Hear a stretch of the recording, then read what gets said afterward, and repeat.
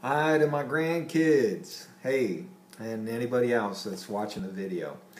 Well, I wanted to talk a little bit about what I got out of my time with Jesus this morning, and then some memories, and then just whatever. So let's start with my time with Jesus this morning. I was reading in Luke 18:41. It says Jesus is talking to a blind man. And they bring the blind man to him, and then he says, "What do you want me to do for you?" And he responds, "Lord, I want to regain my sight." And I got to thinking about that a little bit, that if Jesus were to ask me, "What do I want to do, what do you want me to do for you?" how would I respond to that? It's almost like, you read something like that, it's almost like the genie and you get three wishes. We certainly do not want to treat Jesus like a genie. But I do think that sometimes that's the way our prayers go. They're usually, or they can be, all about us. And so as I carefully thought through that and meditated on that a little bit this morning, I could obviously ask God to heal me from this neurological disorder. That came to mind immediately. That's what the blind man wanted. He wanted to see, and I don't think there's anything wrong with that. But if I were going to ask Jesus for anything, what would it be? I don't think it'd be win the lotto, that's for sure.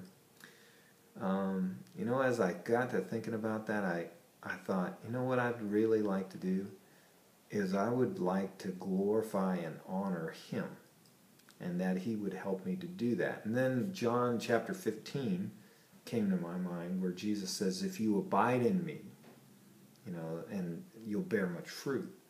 And apart from Him, we can do nothing." And so you need to read John 15. That's really important. But anyways, I was just thinking, man, Jesus, if there was just one thing you could do for me, it would be help me to honor and glorify you by abiding richly in you and bearing much fruit. And John 15:8, that's what it says. That's how we glorify the Father, that we bear much fruit. So that would be my one request. But you know what? I don't think Jesus just gives us one wish. He's much more interested in our life than just giving us a limited amount of wishes. But I think His greatest desire is that we would line up our hearts with His.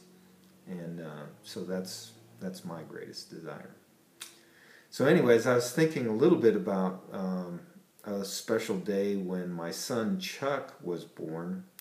I was actually a ranger instructor, and I was teaching ranger students in Dahlonega, Georgia, up in the mountains. And so we were way out in the mountains, and I was grading them and observing their patrols. And it was really, really early in the morning. The sun was just coming up. And I got a call on the radio, and it said, "Whiskey 15, stand by." And I was like, okay, why are they calling me? RI changeover, ranger instructor changeover is not for another hour or so. So I called back on the radio. I said, "This is Whiskey 15, standing by. What's going on?" And there was a long silence. And then all of a sudden I heard my team chief get on, and he said, "Whiskey 15, your wife is having a baby. Stand by, aircraft inbound." And I was like, "What?" And so I threw all my observation reports at my fellow instructor, and the aircraft landed right next to a landing zone that was right there where we were. And I jumped on the aircraft, and I thought he was going to take me back to the camp, and then I'd have to drive my car down to the hospital. But as we were flying, we flew right over the camp, and I was like, "Where are we going?" And so the pilot took me all the way to the hospital and landed on the hospital landing pad. And I had all my kit on. I was camouflaged and dirty and stinky and smelly from being out in the woods all night long. And then I jumped off the helicopter, gave the guys big thumbs up and thank you, and went in, and Mom she had a little IV pole. She was walking down the hallway, and so she hadn't gone into labor just yet. But, well, actually she was in labor, but the baby would take a little while. Chuck would take a little while.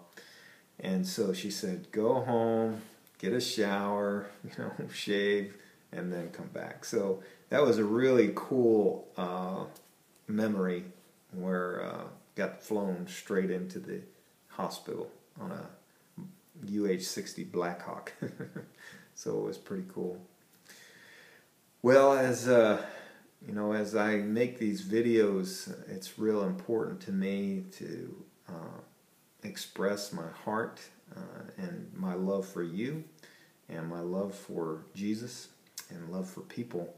And that's one of the things that I think really God is doing in our lives. I'm going to be making some videos for people that talks about discipleship with Jesus at the center, and then our up, in, and out relationships. Up would be our relationship with God. In would be our relationship with other believers, and then out would be our relationships, how we love those who are not yet believers, not yet in the kingdom of God. So I'm going to be talking a little bit about those things in some other videos, so you can probably chase those down here on the YouTube. But that's really important to me, is how do we relate to God, to our fellow believers, and then to those that are not yet believers. And so we'll work on that a little bit. And good to talk to you today. I'm also going to start some videos on reading through the children's Bible. That might look backwards, but we're going to start reading this together, and I'll make sure you get that. All right, love you all, and we'll talk to you later.